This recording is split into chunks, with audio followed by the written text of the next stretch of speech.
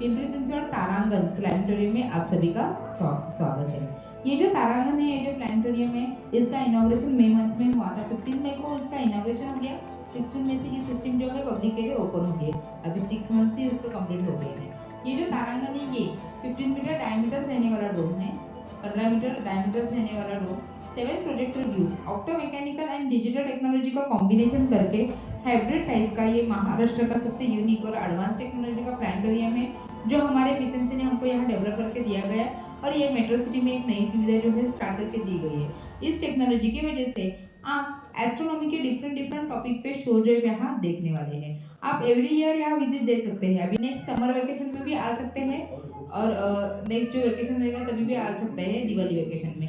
तो different different astronomy के topic पे आप शो जो यहाँ देखने वाले हैं। तो आपका और आपके बच्चों का एस्ट्रोनॉमी का नॉलेज, खगोल शास्त्र का ज्ञान बढ़ाने के लिए आप एवरी ईयर यहाँ आ सकते हैं। ये जो तारांगण है, ये जो प्लानिटोरियम है, यहाँ जो हमारे फेमस एस्ट्रोनॉमी साइंटिस्ट, प्रसिद्ध खगोल शास्त्रज्ञ डॉक्टर जयंत जी नारळीकर और उनकी टीम, उनका गाइडेंस, उनका मार्गदर्शन प्राप्त हुआ है। उनके मार्गदर्शन पे यहाँ की सिस्टम है डेवलप करके दी गई है।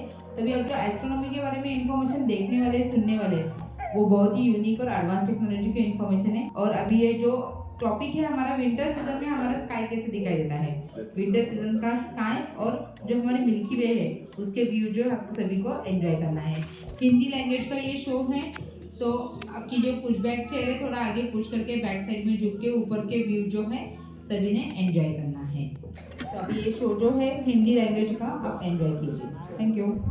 व्हिडिओ आवडल्यास लाईक करा, शेअर करा आणि सबस्क्राईब करा.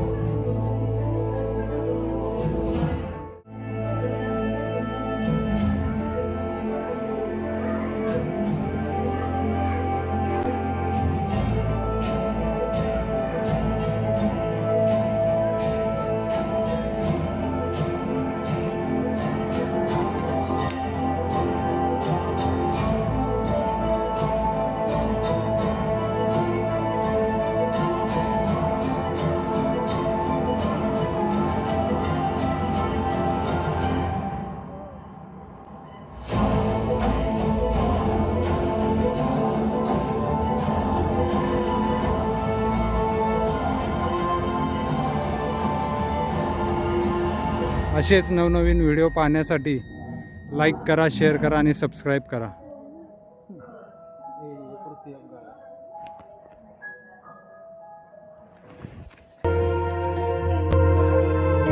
अपनी पृथ्वी से मीलों दूर ब्रह्मांड की गहराई में हम अपने सितारा मंडल के बीचों बीच तैर रहे हैं। हमारे चारों ओर जहां तक नजरें देख सकती हैं अरबों सितारे हैं। सितारों के इस मेले में एक चमकता सितारा है हमारा सूरज। सितारों के बीच हजारों प्रकाश वर्ष की यात्रा करने के बाद हम सौर मंडल में प्रवेश कर रहे हैं।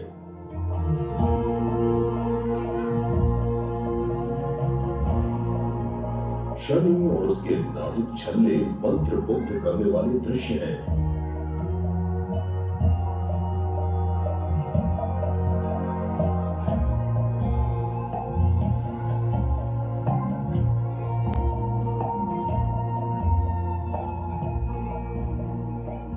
लेकिन हमारा लक्ष्य पृथ्वी आंखों को अभूतपूर्व सुख देती है।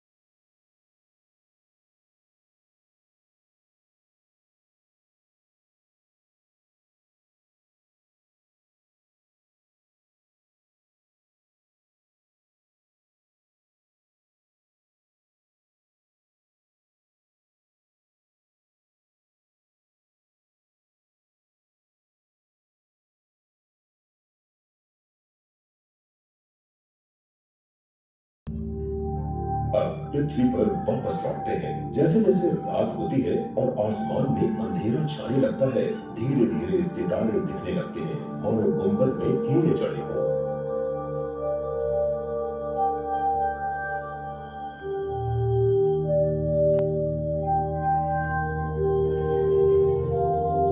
रात के समय मानव निर्मित उपग्रहों को भी देखा जा सकता है। कई सौ किलोमीटर की ऊंचाई पर जब वे पृथ्वी की परिक्रमा करते हैं तो उन पर सूरज की किरणों के पड़ने से वे जगमगा उठते हैं। कुछ पलों के लिए वे आकाश में उड़ते हुए टिमटिमाते तारे जैसे लगते हैं। सबसे चमकीला है ISS, अंतर्राष्ट्रीय अंतरिक्ष स्टेशन।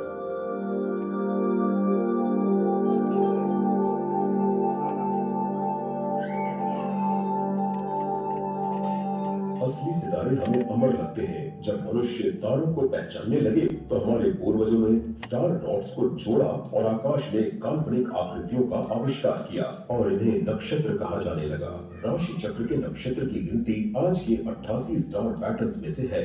हर महीने जैसे जैसे पृथ्वी अपने रास्ते पर सूरज के चारों ओर चक्कर लगाती है, ग्रह जो आंखों से दिखाई देते हैं एक नक्षत्र से दूसरे नक्षत्र की यात्रा करते हैं। ये देखिए, ये दोनों ग्रह बहुत अलग हैं। पृथ्वी का पड़ोसी मंगल यानी मार्स चट्टान का एक छोटा सा ढेला है और शनि यानी सैटर्न एक विशालकाय ग्रह है जो मुख्य रूप से गैस से बना है। आइए अब हम अपनी दक्षिण से उत्तर की ओर देखते हैं। नहीं, आपको अपना सिर घुमाने की जरूरत नहीं है। बस कुछ पल रुकिए और आसमान की काया पलटते देखिए। उत्तर की ओर देखने पर हम द ग्रेट बेयर को देखते हैं जो बिग डिपर का बाहरी हिस्सा है।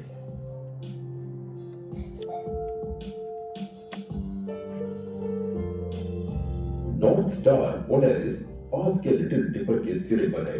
हमारे लिए पोलैरिस एक फिक्स्ड पॉइंट है जो विश्वसनीय रूप से उत्तर दिशा का संकेत है।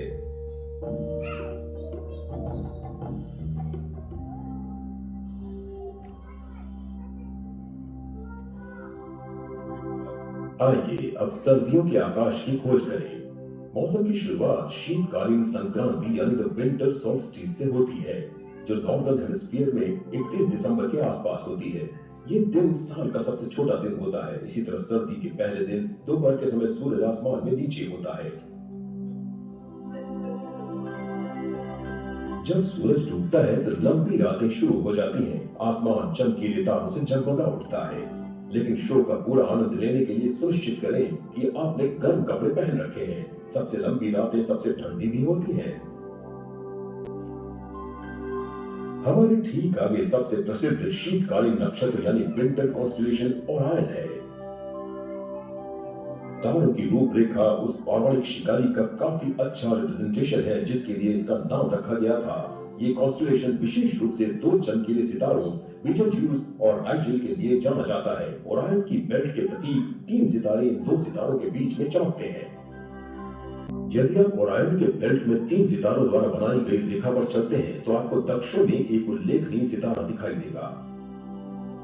यह है सीरियस जो रात के आकाश का सबसे ज्यादा चमकने वाला तारा है।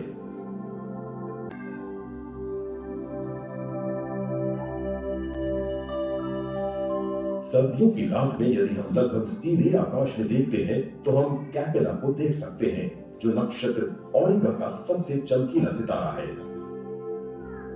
ग्रीक लेजेंड के एक नायक ऑरिगा को आमतौर पर एक बकरी ले जाते हुए दिखाया जाता है। कैपेला बच्चे या बकरी के बच्चे के लिए ग्रीक शब्द है। ओरायन के ऊपर नक्षत्र वृष राशि के सबसे चमकीले तारे एल्डेबरन के नारंगी रंग पर ध्यान दीजिए।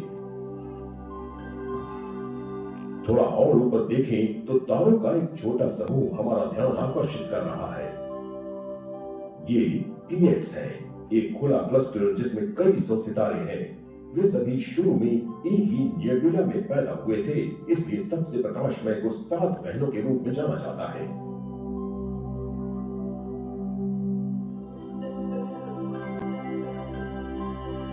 एक आदर्श विंटर ऑब्जर्वेशन परिस्थितियों में भी आकाश गंगा का पता लगाना मुश्किल है, भले ही वो अभी भी वहां है।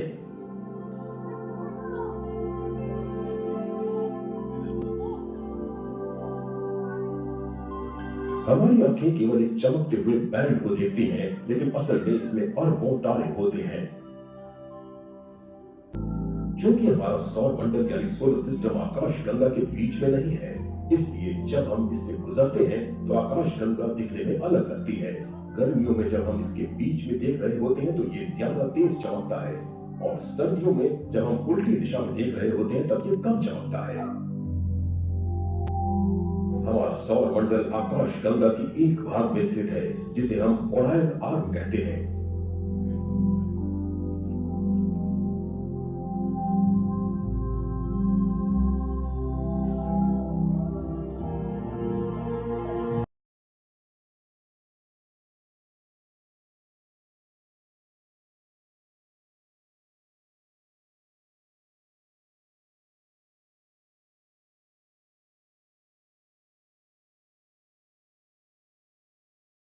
हर मौसम का अपना कॉन्स्टेलेशन।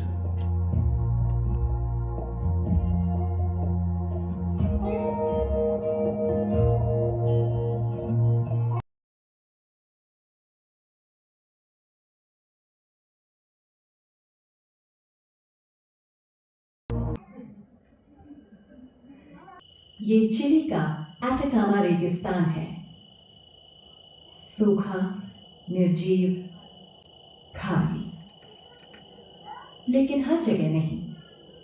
2600 मीटर ऊंचे पहाड़ पर शहर की रोशनी से दूर ईसो के वेरी लार्ज टेलीस्कोप से रात के आसमान का सबसे अच्छा दृश्य दिखाई देता है, पृथ्वी पर सबसे अच्छा। इन विशाल गुंबदों में लगे दूरबीन अब तक के सबसे शक्तिशाली और विकसित हैं। हमारी नग्न आंखों की तुलना में ये वस्तुओं को 4 अरब गुना अधिक साफ दिख सकते हैं, और उनकी मदद से हम अपने ब्रह्मांड की गहराई में पहले से कहीं अधिक गहराई तक जा सकते हैं। हमारी चमकती आकाशगंगा।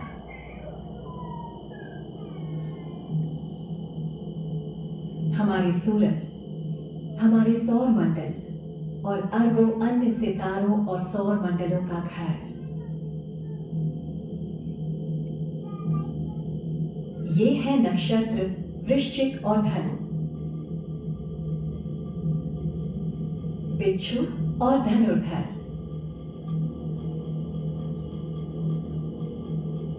88 में से केवल 2 जो रात के आकाश में दिखते हैं।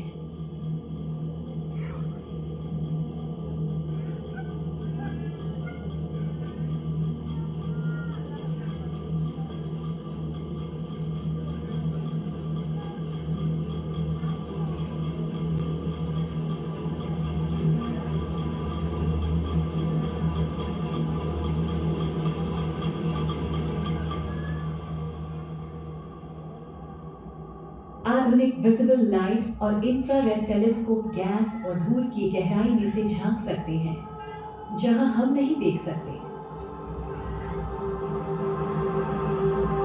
और हमें हमारी आकाशगंगा के केंद्र की यात्रा करने देते हैं।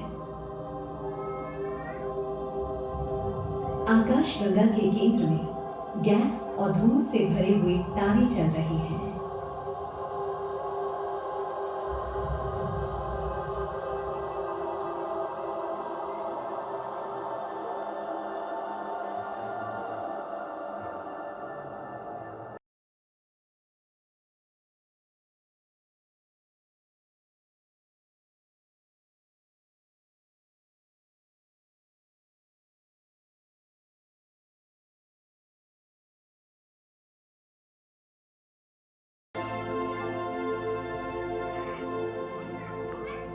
बीस से अधिक वर्षों से वेरी लार्ज टेलीस्कोप और केक टेलीस्कोप 100 सितारों पर नजर गड़ाए हुए हैं। इन सितारों ने हमारी आकाशगंगा के बीचों बीच एक शक्तिशाली राक्षस के छिपे होने का खुलासा किया है, ब्लैक होल, जो हमारे सूरज से 40 लाख गुना बड़ा है। ब्लैक होल की सटीक प्रकृति एक रहस्य है। उन्होंने इतिहास के महानतम वैज्ञानिकों को चकित कर दिया है, और वे विज्ञान कथा का एक रोचक सामान बन गए हैं। ब्लैक होल अपने रास्ते में आने वाली किसी भी चीज को निगल जाते हैं और हमारी आकाशगंगा के कुछ सबसे दिलचस्प तारे ब्लैक होल की गुरुत्वाकर्षण पकड़ में फंस गए हैं। लेकिन ये ब्लैक होल तारों को निगलने से संतुष्ट नहीं होगा। एक विशाल गैस बादल पृथ्वी के मास का कई गुना इस अदृश्य शक्ति की ओर तेजी से बढ़ रहा है, वो भी 8 मिलियन किलोमीटर प्रति घंटे से अधिक की गति से बर्बाद होने के लिए।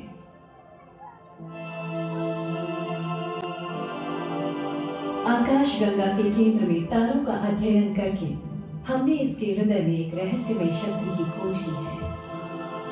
लेकिन ये यात्रा यही खत्म नहीं होती है। अब पीछे हटते हुए नवीनतम इंफ्रारेड निरीक्षण आकाशगंगा के विशाल हिस्से को उजागर कर रहे हैं। वेरी लार्ज टेलीस्कोप हमारे नजरिए को बदलने की शक्ति है। विस्टा की इंफ्रारेड दृष्टि पड़ते ही धूल का पर्दा छट जाता है। अब काले धूल के बादल जो कभी आकाश के पूरे क्षेत्रों को अपनी चपेट में लिए हुए थे, गायब हो गए हैं। ये इंफ्रारेड छवि 84 मिलियन सितारों को दिखाते हुए अब तक की सबसे बड़ी खगोलीय छवियों में से एक है।